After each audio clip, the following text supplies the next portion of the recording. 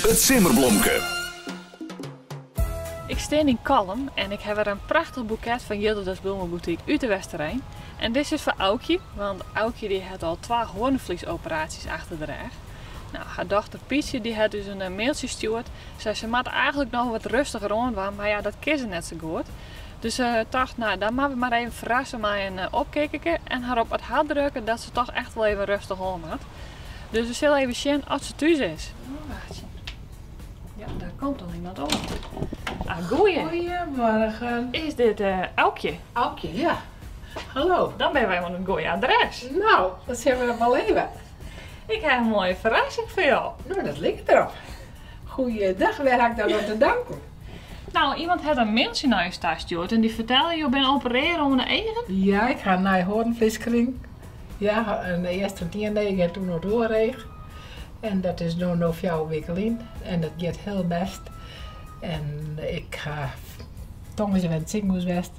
En ze zijn heel goed tevreden. En nu mag ik dus weer autorijden, ik mag weer fietsen. Dus ik ben helemaal blij, want dat mocht ik dit net. Dus, nou, en nu had ik mijn zongen, had je weer een verhuurwedboeten om. Dus daar ben ik helemaal blij om. Dus nou, geweldig. Radio RTV nog. Nou, ja. Geweldig. Ja, en ik heb een mooi simmerblomke voor jou. Zullen we Nou, alsjeblieft? De was er alles in. Nou, dit is toch prachtig. Nou, dit is buitengewoon. Waar dit nog bij première had van mij, dat weet ik net. Dat is wel een verrassing van die door. Nee, heb je geen enkel idee waar dat zo doen? Nou, misschien wel een van de band. Denk ik. Ik denk van uit Rustveer. Klopt het, ja. Pietje. Pietje, helemaal goed. Ja. Kent je Pietje wel? Nee, maar ze had dus een mailtje gestuurd. Ja. En ze vertelde dus het verhaal voor jou dat je dus opereerde ging. En ze ja, ze maakt echt even wat rustig om, maar dat is lastig voor jou. Ja, dat is heel goed. Ja, dat had ze goed zijn. Ja, en goed, dat past net zo goed bij mijn aard.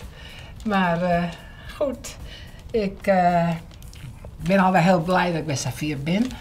En dat ik dus nou echt wel weer gewoon in de huis dingen doen kan. En nou ja, goed. En ik kan de auto weer pakken en ik kan weer fietsen. Ik ken mijn dochter, ik heb een gehandicapte dochter, dus die kan ik weer thuis halen. En anders komt ze ook met de taxi. Maar toch, maak dat ze nou in de waskap halen. En anders moesten dat rennen waar je waren af. Nou, kent al je weer met het dat ik mezelf redden kan. Ja, dat is toch wel een fijn gevoel, Ja, hè? dat is heerlijk. Nou, dat is wel heel apart, want ik ga mijn zongen, die karrelt hier ergens achterom. Die hier op het verwest is, gaat hij iemand jongen?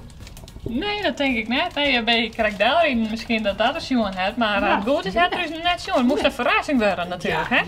Ja, maar die had hier een verwest, dus die weet ik niks vanaf zelf.